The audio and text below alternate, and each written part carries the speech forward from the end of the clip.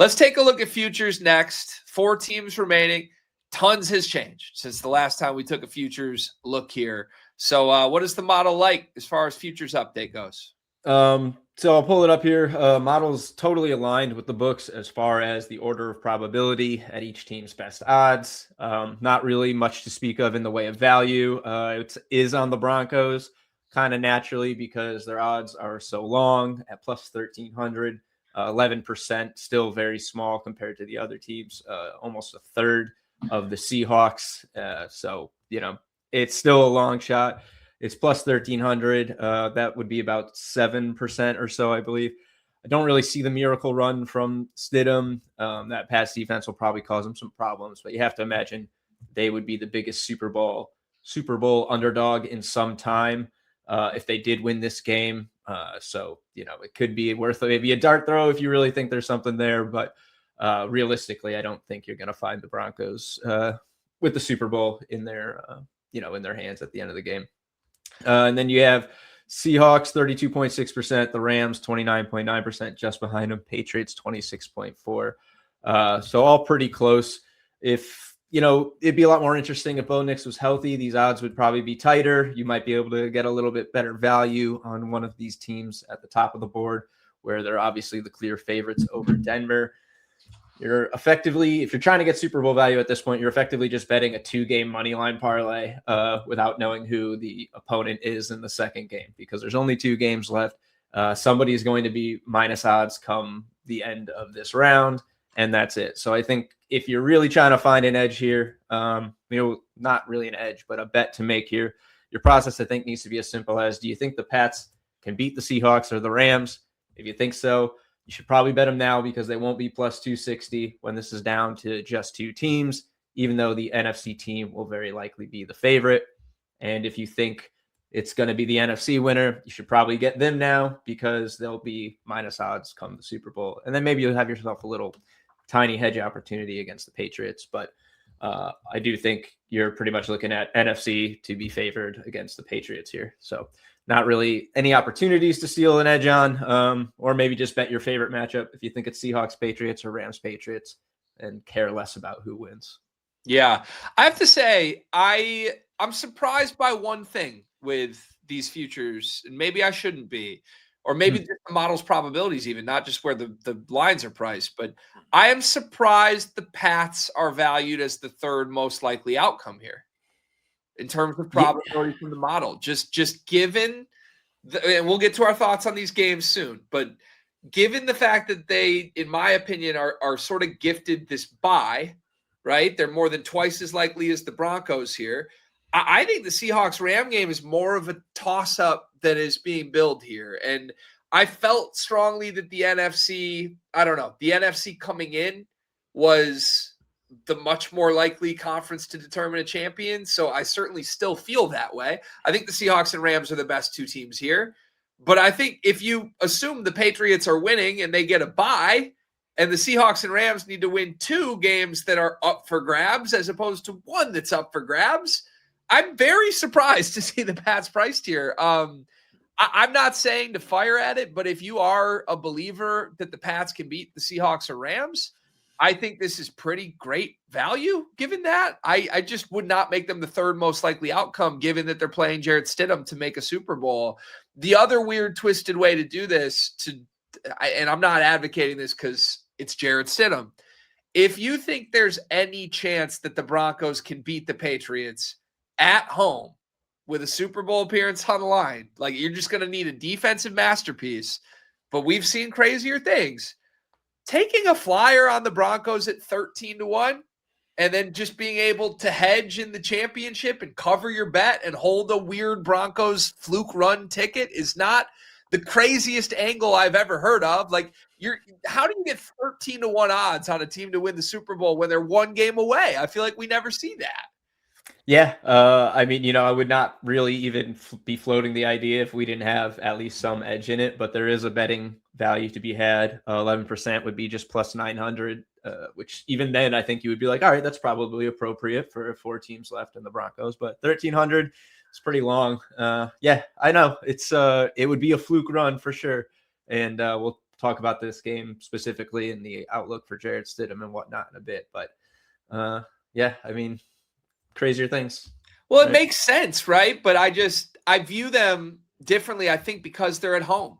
If this game was in New England, there's no way I can wrap my brain around it. But like, I absolutely can see the Broncos holding on to their flawless record at home and just grit and grinding their way through a defensive masterpiece. And all of a sudden you look up. To me, yeah, like you said, there's not exactly a lot of room for action here with the updated lines, but I keep staring at that 13-1. Like, what if they just somehow find a way? And I am personally surprised that the Pats are the third most likely outcome here, given that it is Jarrett Stidham.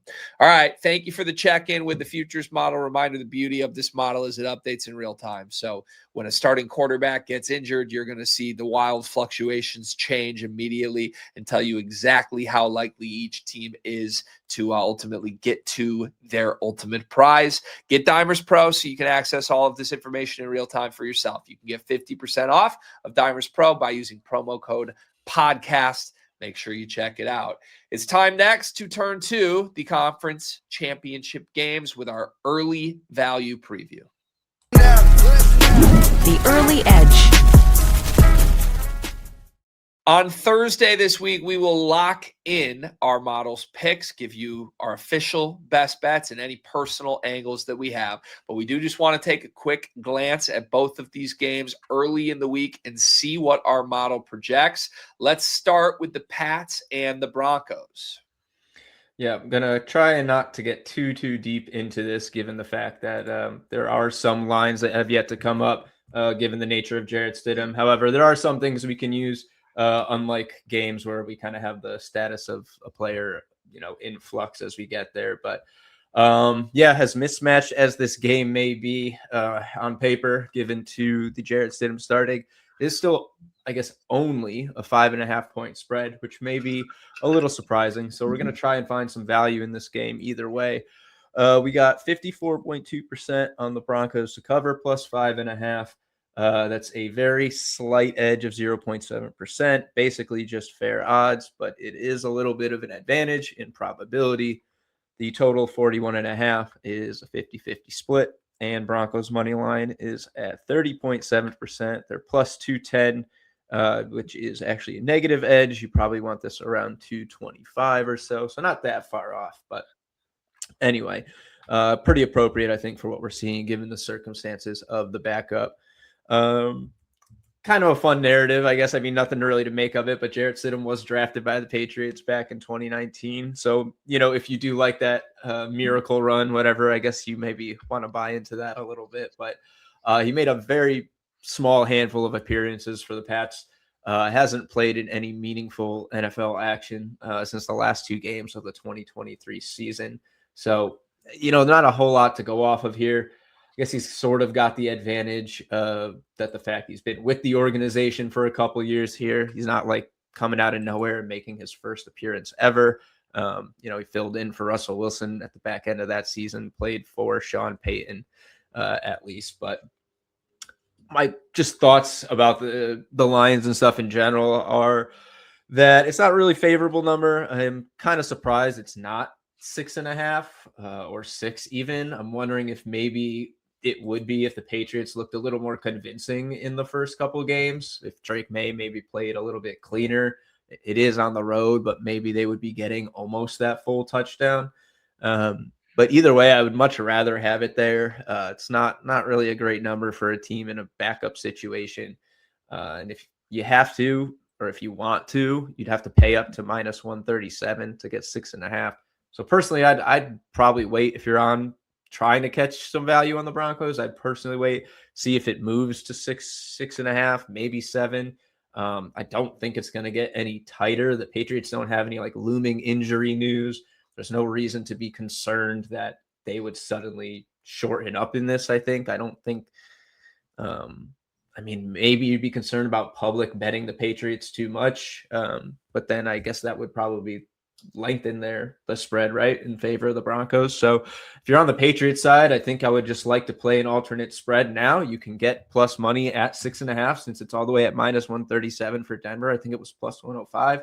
If you take the Patriots, 6.5. So, there's not really a major value incentive to betting the Broncos. And if you're going to get the Patriots, I think you should just get the better odds at virtually the same number. I don't think, not very likely. I think they're going to win by exactly 6. It does happen, but I do think they're going to control this game pretty well. So I don't know. Thoughts? Yeah, I completely agree with everything you said. I think if you want to back the Pats, you jump at the number now, whether that's the alternate line you floated. I think getting plus money -6.5 is absolutely a great value idea around, this is basically, are they going to win by 1 score or not? If you think yes, and you can get plus money at it, that feels like a green light to me. Coming into this, before looking at the futures model results with you, I was very willing to say the Broncos have no chance. This is the Pats. And then I just stare at how we had the Broncos showing a slight edge at 13-1. And now here we are showing a slight, I don't know, I don't know. It's weird. I'm staring at the Broncos like, is there something here with this? I don't think I'm going to get there. I really don't. I can't get past the idea of Jarrett Stidham needing to make some big plays to win this game. And I think if there was a team in the league right now that could survive losing a quarterback, honestly, Denver is one. Like, they can win a game defensively. It's not like they're getting 300 yards passing a game to these guys as is. But ultimately, I don't know. I think this is going to give Drake May a little bit of a confidence boost. He was erratic in the first playoff game. I thought he was pretty solid in bad weather in the second. I think he's going to come in and give his best performance to date. So I'll be in alignment with you on the Pats side of this, as gross as it is, staring at some of these early projections from the model and saying we lean the other way. Yeah. Yeah. I mean, I would be a little less inclined here if the Broncos were showing money line value. They're not right now. Even if the spread was showing, 2% of an edge, which would put it on our best bets radar, I'd feel a little differently here. But, at 54.2%, which is a modest probability, but no value, there's, the model is telling you that there is no incentive to betting the spread, at least from a EV perspective. Just looking at player props and stuff. Offensively, real quick, let's look at the Broncos. Like, the model isn't projecting them to suddenly fall off the face of the earth. And like I said, Stidham has been in this organization, so I don't know if it's doom and gloom for the Broncos. It might benefit the guys who are, playing kind of on the, the wide receiver 4 roles. Like, I don't know, would that be little Jordan Humphrey coming off of his big game, I guess? But, whoever he's played with, that familiarity will probably show itself at some point. He's going to have to look for something he's familiar with. But the projections aren't outright terrible for the Broncos receivers. 55 yards for Cortland Sutton isn't that far off from what we had him at last week. Pat Bryant, 31, Troy Franklin, 28, Evan Engram, 24. The touchdown probabilities are where you're seeing the big difference. Sutton's only 28%, which is really low. Pat Bryant, Troy Franklin here, the big play guy, is only 18%. And I think that makes sense. Not only have the Patriots allowed only 3 plays over 20 yards in their 2 playoff games, that's rushing and receiving, but I just don't think you're going to see Stidham connecting with these guys on some of those deep sideline plays that they kind of not rely on, but thrive with, I guess. The short field guys, I think, are going to be better off. Like Evan Engram, I think we have him for like 2.4 receptions, or no, it's 24 yards, maybe 2.5 or 2.6 receptions when I looked earlier. He's kind of an interesting one for receptions. He's like plus 270 for 4 catches. Certainly feasible over the middle, something like that. RJ Harvey projected for 19 receiving yards. He might catch a couple extra dump offs. We are projecting him well below his rushing line. Only 47 yards here. And he looked pretty rough in that regard last week. So I don't know. Not a ton of lines up there for receiving guys right now. I think you can find Sutton and Engram pretty much across the board, and that's about it. Looking at the Patriots side, again, a sloppy game for the offense last week, but Ramondre Stevenson again looked really good. Well outproduced Travion Henderson. He's again projected here to lead 50 yards to 39, 42% touchdown to 35% for Henderson. His line is 47.5 rushing, so projecting him to go over that. That's certainly an angle worth looking at. But you're getting a really good passing defense in the Broncos here. So who really steps up for the Pats in the receiving game is, I feel a little more comfortable settling on someone if Drake May looked himself a little more comfortable the last couple of games. But one other thing I did want to call out that I put in my notes, let's see if he's still here. So we have value on Cortland Sutton to score a touchdown. And then Jarrett Stidham over 0.5 passing touchdowns. He is minus 196. So this isn't just the model necessarily miscalculating a guy who hasn't played in forever, plugging him in here. We have a 70.9% probability of him to throw one touchdown at least. But the books have a minus 196. So they are cooking in the ability for Jarrett Stidham to score or to throw a passing touchdown here. Cortland Sutton's the only one on the Broncos who gets an edge, 28.2% plus 290. Might be worth a little shot there as they're not writing him off, the offense completely. Or take a dart throw on a deep cut guy. But even the books are, via implied probability suggesting Stidham will at least get one guy in the end zone.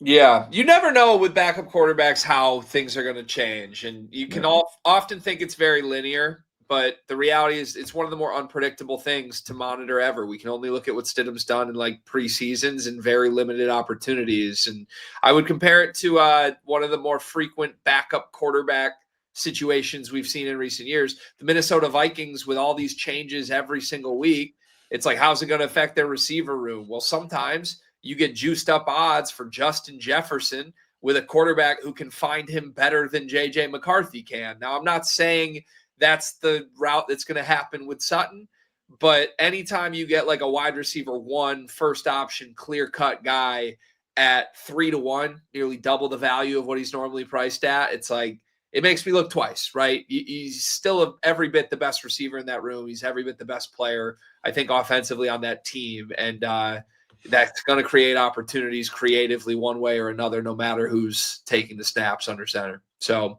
I like the Sutton shout for sure. I'm also already looking ahead. You've heard me get creative with interception props and turnovers this playoffs. The Pats have been forcing tons of turnovers in this run. I mean, you can question what they've looked like offensively, but they forced 5 against the Texans. They forced 2 in the wild card round. And I think, even if they are kind of out to an early lead, I would think part of this game plan is trying to force negative plays against Denver and Jarrett Stidham. And I think they've been pretty damn good at it. They did have 1 interception return for a touchdown against C.J. Stroud. I'm thinking Pats defense special teams to score might be on my card this week. It's 4-1, so you are paying the premium. I doubt there's any real edge there whatsoever. But I think there's a really good chance they could continue their mischievous turnover forcing ways. Yeah, I mean, that alongside the games to go to overtime round robin would have been pretty fruitful this past weekend. So certainly an option. I mean, if you do that, I feel like you got to play it with Seahawks and Rashid Shaheed, right? So yeah, why not? Something to look at for the crazies. Yeah, we'll finalize our cards on the Thursday episode, as we said. But Rashid Shaheed is a good segue. Let's go to game 2, Rams and Seahawks here. This is you and I's Super Bowl pick. The Los Angeles Rams still alive, still a chance to come to fruition for the show. However, our model projects a 2-point loss to the Seahawks. Is there any early edge? No, not really. This total is, 47.5 with a 50-50 split, minus 105 here. Rams plus 2.5, 50-50 minus 105. Rams money line, 42.5% plus 130. So all negative edges here as far as game lines. No particularly sharp, leans from the model. 42.5% for the Rams. Almost a little surprised it's not a little higher, just given how close I think we expect this game to be. But yeah, we'll see if we could find the spot for us. This is kind of a fun one because that last game obviously went massively over the total. It was back and forth. It was a crazy game. I think he would have found success with the middle in that game. And while some teams, I feel like going into the NFC Championship, I would like to tax for almost losing on a fadeaway touchdown bomb by Caleb Williams in the waning seconds. The Rams get a little bit of a pass. I think that's exactly how we thought the Bears would play that game. And ultimately, they did hold them off, and they won the game, if not for a little bit of a gift by Caleb Williams. Now they got a chance here to snap the Seahawks, who are perfect 3-0 in NFC Championship games. Split the series during the regular season. Combined margin of victory of just 3 points in those two games. So I don't really expect that to be much different in this one. A little surprised I didn't see this at 1.5. Feels like it certainly could be close to that. Some of the lines that we've seen at 1.5 in these playoff games, this certainly feels like a game that those two teams are similarly matched.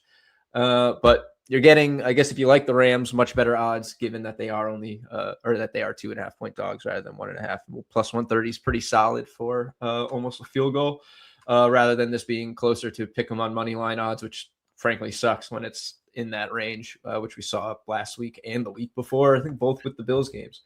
So Darnold is managing that oblique injury. Given the nature of the game script in that game against the Niners, we didn't really get a lot of insight into how much it might have impacted him. They attempted just 17 passes, really low passing yards total. The game script, just they didn't need to really do much of anything. Defense took care of it all, and the front game was solid. Zach Charbonnet, speaking of the run game, done for the season with his ACL injury.